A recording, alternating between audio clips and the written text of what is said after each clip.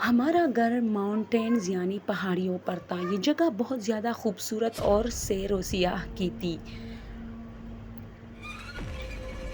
اکثر لوگ ہمارے علاقے میں آتے تھے سیر و سیاح کے لیے، لیکن ہمارے گھر میں ضرور اسٹے کرتے تھے۔ اگر رات ہوتی تھی تو رات بھی گزارتے تھے۔ اسی طرح ایک مرتبہ کچھ سیاح آئے ہمارے گھر۔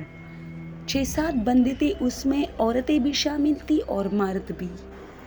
یہ لوگ ایک گروپ کی شکل میں آئے تھے، لیکن چونکہ بہت زیادہ لیٹ ہوا تھا تو انہوں نے ہمارے گھر میں اسٹے کیا، روٹی ووٹی کھائی، سب کچھ کیا۔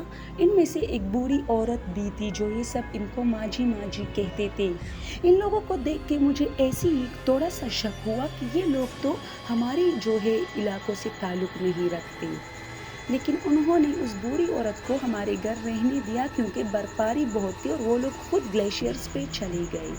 وہ بوڑھی عورت ہمارے ساتھ تھی، ہمارے ساتھ کھانا کھایا اور بہت زیادہ سیریس اور مزاج دار تھی، کسی کے ساتھ زیادہ بات نہیں کر رہی تھی۔ رات کو ہم نے اس کو اپنے گھر کی عورتوں کے ساتھ کمرے میں سلایا، لیکن کچھ دیر بعد میری بھابھی آئی اور اس نے مجھے ایک بات کی جس پر میرے رونگٹے کھڑے ہوئے کہ یہ عورت تو انسان نہیں، یہ کچھ اور ہے۔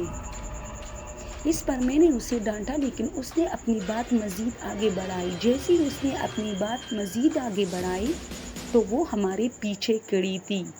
اسے دیکھ کر میرے رونگٹے کھڑے ہوئے۔ وہ بہت غضبناک شکل میں کھڑی تھی، یعنی اس نے یہ بات سن لی تھی اور شاید اسے برا لگا تھا۔ میں نے اپنی بھابھی کو اشارہ کیا کہ ہاں بس ٹھیک ہے، تم جاؤ، اور اس کو باتوں میں لگایا۔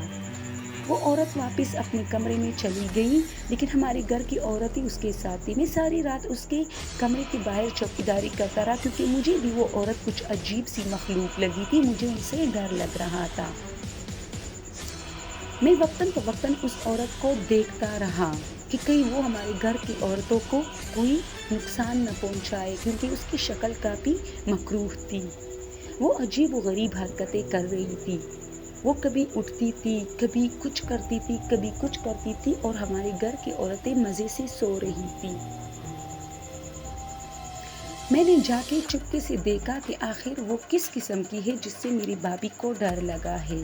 میں نے دیکھا تو اس کی شکل چینج ہو گئی تھی، وہ بالکل انسانوں والی شکل نہیں تھی، اور اسے بھی پتہ چل رہا تھا کہ میں اسے دیکھ رہا ہوں، اس لیے وہ مجھے بھی دیکھ رہی تھی۔ مجھے کافی ڈر لگا اور صبح ہونے پر میں نے اپنے خاندان کی کچھ لوگوں کو جمع کیا اور ان کو پورا قصہ سنایا کہ میری مدد کرے۔ وہ لوگ ہمارے گھر آئے اور میں نے اسے کہا کہ ابھی وہ عورت آ جائے گی۔ ہم اس کا انتظار کر رہے تھے کہ وہ ابھی کمرے سے باہر نکلے گی ناشتے کے لیے۔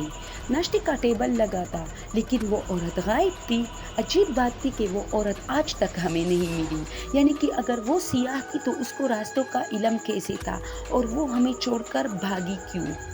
وہ کہاں چلی گئی خدا جانے، لیکن اس دن کے بعد ہم نے لوگوں کو اپنے گھر میں اسٹے کرنے سے روک دیا اور ہم نے یہ کام چھوڑ دیا۔